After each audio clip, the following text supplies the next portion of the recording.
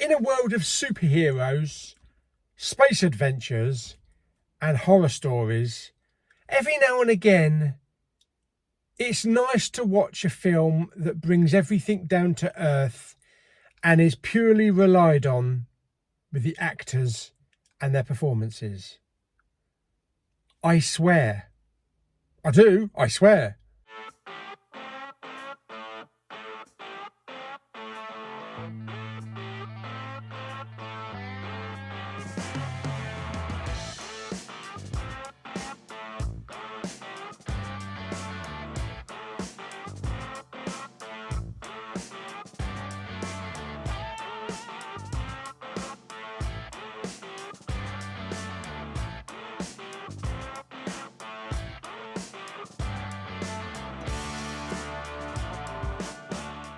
Hey everyone, Big Pauly back with a brand new film review. Yes, I have just gone back from my local Cineworld from seeing the new film I Swear, which is about a young guy called John Davidson who, growing up in the 80s and 90s, suddenly developed Tourette syndrome. No, he didn't start off with Tourette's. He started developing it while he was at school.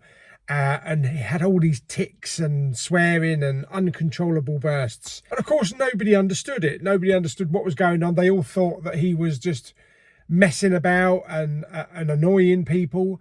And it's a story about him growing up and living his life with Tourette's and eventually educating other people and even meeting the Queen. So, yeah, it's a really good down-to-earth story. The good thing about it is that being set in the 80s and the early 90s, we are completely taken away from technology. We are no mobile phones in sight, and everything is just down-to-earth, a proper human story. And I think every now and again we need that. To remind us of what cinema can really do and how performances are more important than a bit of flashy CGI. So John developed Tourette's when he was about 13 or 14.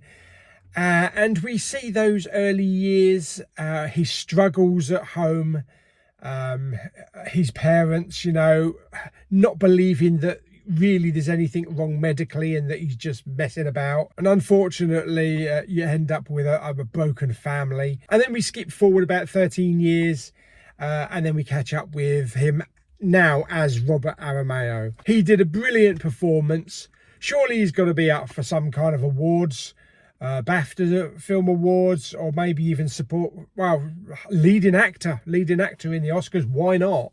You know, it's not some big flashy Hollywood movie, but why not? So he was definitely believable throughout the film. The film had highs and it had lows as well. There were some sad moments, some very touching moments, but there were also some uplifting and funny moments and side-splitting moments. Never get two people with Tourette's in a car together. Yes, I actually got a little bit worried with this film at the beginning because I was sitting there in the cinema and this little old couple, lady and a bloke, came in. They were in their 70s, 80s. And she was like, I don't know what this film is about. And the bloke was telling her, it's a story about someone with Tourette's. And they were very posh-spoken and very proper. You know, like the Queen, the Queen's English and all that kind of stuff. And I thought, oh my God, I know there's going to be some really bad language in this film. And there was a ton of it, but it's to do with the story. And it does say strong language, giving it a 15 certificate, but they were perfectly fine with it. They were okay with it. No one walked out because everybody was invested in the story, invested in the characters and the brilliance of Robert Aramayo. After living with Tourette's for so long, John was in a position where he could teach others about it and educate people going to universities and doing speeches and and calling the police pigs. Yes, so there was some really funny moments in it, but like I say, it was also really touching, and it was a proper down-to-earth human story with great characters and great situations and just great dialogue. Yes, it had a shit ton of swearing in it, but like I say, it was for the film. It needed to be there. What I also liked at the end of the film was seeing the real John and seeing these tics and seeing him as he is, and seeing the real John actually shows how great this Robert Aramayo did on this job, because yeah, he really did it. He really did a top-notch job. So yeah, definitely love the film.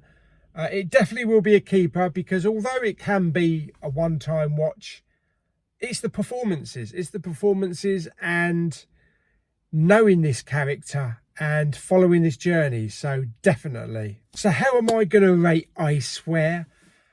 I'm going to give it 9 out of 10. Yes.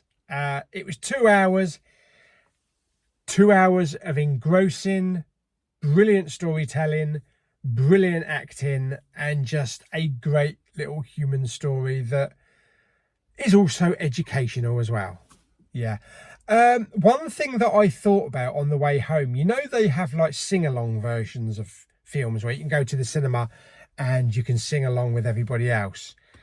I wonder if they actually did a Tourette's friendly screening. That would be interesting. Do you know what? It's actually something that I wouldn't mind actually going to.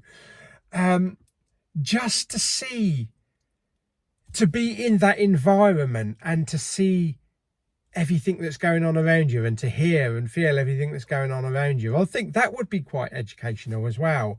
And it would just kind of like, it would be like the 3D or the 4DX of this film, just to give it that little bit extra. So yeah, I'm surprised they haven't done that actually, because people are excluded from certain showings. You know, they have certain showings for people with like autism and other people, and maybe even, you know, babies, like baby screenings. That would have been the perfect opportunity to do a Tourette friendly screening, because no one would give a shit.